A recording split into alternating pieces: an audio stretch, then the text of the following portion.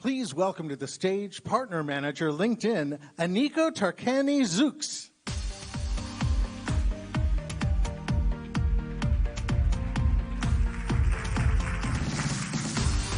Hi, everyone. So good to see you all. My name is Aniko Tarkani-Zooks, and I'm a Partner Manager based out of EMEA, based out of London. And today we're going to talk to some fantastic sales leaders joining us from LinkedIn, who will will share their perspectives on how we can collaborate better with you all, our partners, and also kind of, especially during this current economic climate, which has been hard for everyone. So without further ado, I would like to call Haley Alexander, Tariq Gee, and Dan Horowitz on stage.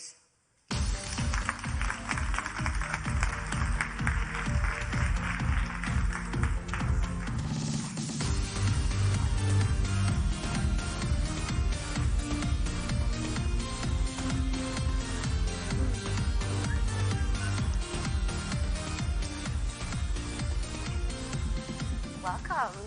Thank you so much for joining us today. Before we jump in, could you each introduce yourselves and what teams you're responsible for? I'll start. Haley Alexander. I head up our Customer Solutions Engineering team and our Customer Science organization. We essentially align customer needs to partner solutions. So it's good to be with you today. Hi, everyone. I am Tariq Gee. I lead our mid-market sales group for North America, so everyone from small and medium-sized businesses all the way up to almost enterprise. And good morning, everybody. I'm Dan Horowitz. I lead two of our North American sales teams, our new and emerging business team, which works with our highest potential new customers, as well as a number of partners, and then our portfolio team, which is more of our scaled selling team. Great, thank you. So before we jump into the meaty discussion, I wanted to do a little bit of an icebreaker. This is partly for me because I'm looking for new songs, but what is one song that puts you in a good mood? This is harder to answer than you think because there are 200 million public songs, just for the record. I'm going to go with artist Lauryn Hill, album, look at all the head nods, Miseducation of Lauryn Hill, and song... There's so many. Doo-Wop? It's very good. Zion? There's a ton. Great. Strong, that's hard to follow.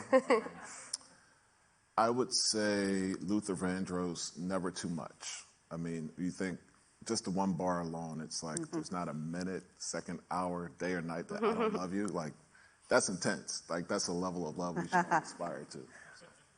My song will be both random and contrarian, probably most of like what I'll talk about, but it's a song called Northeast Southwest. It's by a band called the Japan Droids, which is a great two-person band out of Canada.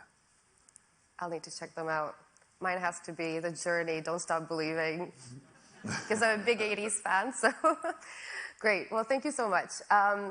Okay, so let's start with the most serious question, or the most interesting one currently because of the current climate, is we're currently looking at a bit of a global economic downturn.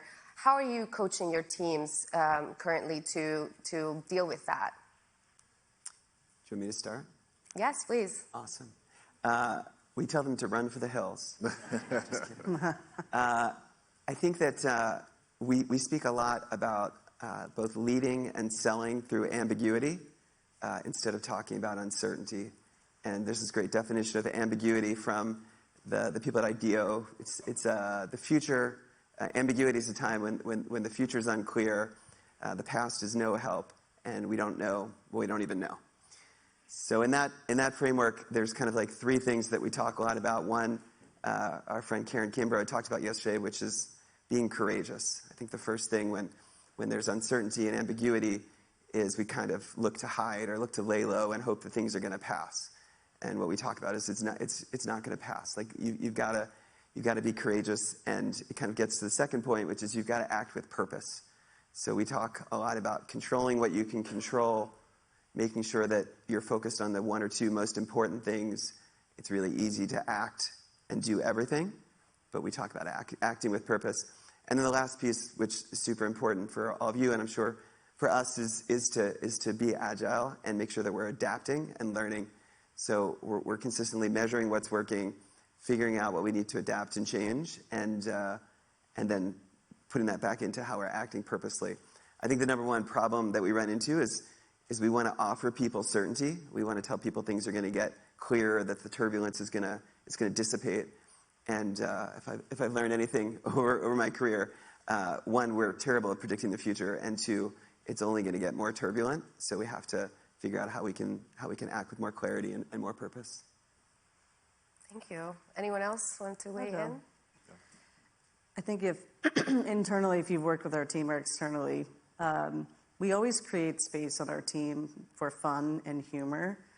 And like, it's a serious world out there. Work can be serious. Like, create space for that during these times. I think that's important. Secondly, I would say we just have so much conviction that what we're working on as a team and what you're working on, marketing automation, like, what a time to lean into that during this economic uncertainty where time is precious. We have to be hyper-focused. If you can work with a partner who's built something, you can build to an API that works for you so you can focus on other things. There's just a lot of synergy there. Someone on my team, Sanjay, actually yesterday put out a piece around marketing automation during an economic downturn. Check it out. So I think having conviction about what we're doing actually matters and helps during this point in time. And then like creating space for humor and fun is important. Great, thank you. And Tariq, with the future of looking at the future of LMS, what roles do you see partners playing for your teams? Yeah, I think partners play a very significant role in how we not only grow our partnerships with customers, but how we help project out into the future, like what success could look like for them on platform. Like, there's just so many capabilities that you all have as partners that, you know, when you think about walking into a customer relationship, to know that, yes, we have great targeting on a platform, knowing we have great audiences, but to be able to pull out key data points, be able to pull out key insights about that audience that can help you identify, you know, your next partnership with them. I just think it's huge, right? And I think that it'll continue to be scaled, it'll continue to grow, and just the opportunities for customizations are huge, right? So I know our customers are shifting towards that of like, hey, I know who my customers are, help me find more of them. I know what moments matter within my marketing funnel, help me get to that point faster. And I think partners, again, they just play such a huge part of that conversation. Thank you. Sure. And just the next question to you, Haley. So how do you see within your teams and orgs, customers and partners kind of working together better? I mean, I'll keep it simple. I'm in a lot of discussions where people say like, oh, I didn't know you were building that, or oh, I didn't know that was a feature. We just need to share more. Like, it's almost like sometimes there's a football field and it's like partners and customers. And it's like, let's come closer to the coin toss area and just share more. I think that really enables us to co-create. Like, if you don't know what's on our roadmap, customers don't know what's on your roadmap. We're almost building like two separate silos. So that's how we partner with the channel team, is like, let's bring everyone closer. Let's share more. Let's get a little vulnerable with our product roadmap so that we can like build something better and not go do it in a silo where it's you know, harder to integrate at that point. Great. What do you think, Dan? I mean, I think that's spot on. I think, you know, Tariq and I are focused more on our sort of direct seller go-to-market. And, you know, Jim talked previously about anchoring on customer value. And obviously, we're all aligned on that. But I think what we have the potential to do is really leverage data to make it easier for our reps to do that kind of discovery. So we have a process in place, which is a sort of a data-driven matchmaking framework that we've created that looks at what our customers are trying to accomplish on the platform. What are their objectives? Are they focused on top of funnel, bottom funnel? How sophisticated are they from a measurement perspective, from a partner perspective in terms of integrations? And then giving our reps 2 or 3 partners to bring into that conversation, along with an opportunity to do something unique with us. So I think we want to create that visibility and awareness, but we also have to realize that our teams are super busy, as well as our customers, and they're working with less resources than they were a year ago. So really leveraging our data to help all of you get discovered, but also just making sure we have the right resources and materials to make those conversations as easy as possible. Great.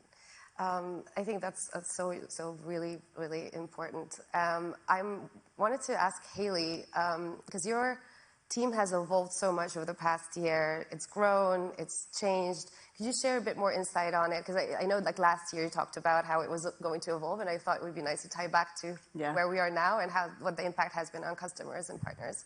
I'm going to condense 18 months into a minute. For context, for those of you in the audience, about 18 months ago, we stood up a new organization in LMS called Customer Science.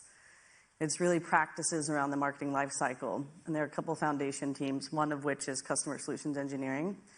And we had built this incredible partner ecosystem that's actually in this room today. And we needed to reorient a group of us towards customer gaps into that ecosystem. And so we had 3 original, we call them the OGs, that were on the partner side, technical partner managers. They helped us build on top of the incredible work they have done to launch this branch of the team. We scaled the team 5x in 18 months, actually less, about 12, 13 months. And it allowed us really, the key was, with a limited amount of people, even though they're absolute rock stars, you can only do so much. 3 people supporting a multi-billion-dollar line of business. So it allowed us to be more proactive. So now you'll see when a customer reaches out, I have a question about this API, this partner. There's a member on my team who's here, Christina McCloskey, one of the founding members of the team. She built something called a tech stack audit. Customer comes to us with one question about an API. We come back and say, great question. Here's the answer. Here's the partners that meet that need. By the way, here's a holistic view of the ecosystem and where the gaps exist. And here are some other partners. Here are the other APIs that could help kind of fill out your whole tech stack. So it's an example of when you have more people, the type of work that you can do, and the list goes on, and the cool stuff we've been able to accomplish. So. And shout out to Tita's proud mom dashboards. moment, if you can't tell. No, I was just going to say, shout out to Tita's dashboards that I use every day, and I'm obsessed with all the data there. Is legendary dashboards. Yes. Great. Well, no, thank you for that. I think to see the evolution, I joined a year ago this month, and I rewatched the Partner Connect that you did from your homes at that point. And I remember you saying all these great plans, and now I'm here a year later, and it's all there, and we've got a massive team, massive, ever-growing team, and much bigger than before. So it's really exciting to see. Thank you. Great. Well, I'll pivot a little bit. Tariq, I wanted to ask you about equity. Equity is something we talk about a lot at LinkedIn, and I wanted to kind of understand what it means to you and what for customers as well, just to share with the partners here. Yeah, in a traditional sense, equity is all about creating equal opportunity for people in the workplace and the marketplace. But when you think about it in regards to partnerships, as I mentioned earlier, we deal with folks who are not new to LMS. They have been, at least in our business, for 2+ years. But it doesn't mean that they have the same level of sophistication as, say, someone who's been a partner for LMS for 3 years, 4 years, 5 years, et cetera. So what that means in terms of partners for us, it allows us to bring the same level of access to data, the same level of access to solutions that someone who's been a large enterprise for a long time. And through that, we're able to have better conversations. They're able to realize value much sooner. And we're really proud of those moments, right? Like literally, I was with a customer the week before last, and they leaned forward when they mentioned hey, we're partnered with this organization now. We're so excited that we're able to unlock some of these audiences and figure out who's in market versus who's not, and tell a really credible story. And that's the missing link, right? Yes, our platform is open to everyone, but at the same time, there's that level of sophistication that partners can bring our customers along for the ride on that we all get really, really excited about. So that's what equity means to me. It's yes, everyone can come to the dance, so to speak, but having that moment where you feel empowered to really realize your marketing objectives, that's the huge moment for me. Thank you. Sure. Well, we're coming to the last questions, and this is for if there's nothing that our partners take away today, what is this one ask that you could share, one ask that you have to them that they could take away and start working on or collaborate with us more. Haley or Haley gets to Dan? go, Okay, sorry. I was like, I would say, actually, I'll do a plug here for my team. My North American manager, Jody Bernardini, who's in the back row, bad student, is sort of like evangelizing this product called Project Jenga. Project Jenga is revisiting some of the integration foundation points for our partner program. What happens often is we're sort of like, when I say push, that seems very like violent. We're guiding our customers to partner solutions, and sometimes the integration isn't as stable as it should be. Could be you haven't built to all the features, could be low audience match rate. We're pushing demand. Would love to have like a really solid integration foundation so that we can build the cool things on top without things wobbling and falling, hence the name Jenga. So like we're going to be pushing some of that towards you. Please receive it with open arms because we want to build better and have a sturdy foundation moving forward. Great. Go ahead. Yeah, I'm happy to take it. I think the bigger thing is that we always need more education about what's possible, right? Like I can go to our internal page around Partner Directory. I can spend at least 6 hours there just kind of like diving in. And every time I'm blown away by the capabilities, right? But, in our busy lives, how can we provide these snackable moments where we can understand more fully what the capabilities are? We have amazing partner managers that, partner with all of you to help us understand, some of those functionalities. Selfishly, I'm like, give me more, right? Like, so in every shape and form, people learn different, people taking content different. How can we bring more people to that table to understand what's possible? And when we do that, I think, it unlocks how we introduce customers to you and vice versa, and it just makes us all a lot stronger together, in my opinion. Yeah, I think I was going to say something similar. So my friend AJ is in the front row. I know HubSpot is coming out in a bit. They're both really good at telling lots and lots of great stories, right? So I would just ask all of you to tell more LinkedIn stories, not just success stories, but things that you've learned, tips and tricks, ways that your customers are finding success working together with us, and put those out on our platform so that we can engage with it, so our reps can engage with it, so our customers can engage with it. To Tariq's point, we do have a lot of great marketing support from our side and great partner support. But I think just telling the stories together so that we can drive more awareness and more excitement and education in our feed. I think it gets back to the question earlier for Jim about the marketing collective, right? That's all focused on creating great stories in our feed too. So we just want more partner stories, more success stories, and more mistakes and lessons learned as well. I think that would help all of you, and it would help our reps introduce all of you to our customers and make those conversations more productive. Yeah, I think great success stories are always something that we are also always on the lookout for and work really closely with partners to gather. Thank you so much for being here. I really, really enjoyed this conversation. I believe we don't have time for Q&A. However, we do have a meeting of the mind session with Haley and her team later, so you can find them there and ask all your questions. And I hope Tariq and Dan will stay around for a little chat, so you'll find them during the day here. Thank you so much. Thank you. Our pleasure. Thank you so much.